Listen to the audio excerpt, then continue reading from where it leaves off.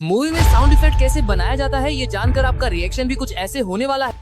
क्या बात कर रहे हैं? नंबर 1, मैंने ये कभी नहीं सोचा था कि मूवी में चलने वाली ट्रेन की आवाज असल में ट्रेन की होती ही नहीं है। उसे कुछ इस तरह तराजू को हिलाकर बनाया जाता है।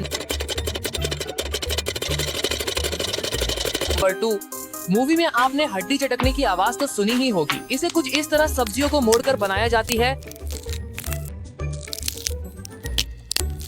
नंबर 3, आपने मूवी में मेंढक की आवाज को तो बहुत सुना होगा। कुछ लोग इसकी आवाज को रियल मान लेते हैं। असल में इसे बॉक्स में लकड़ी को घुमाकर कुछ इस तरह से बनाया जाता है।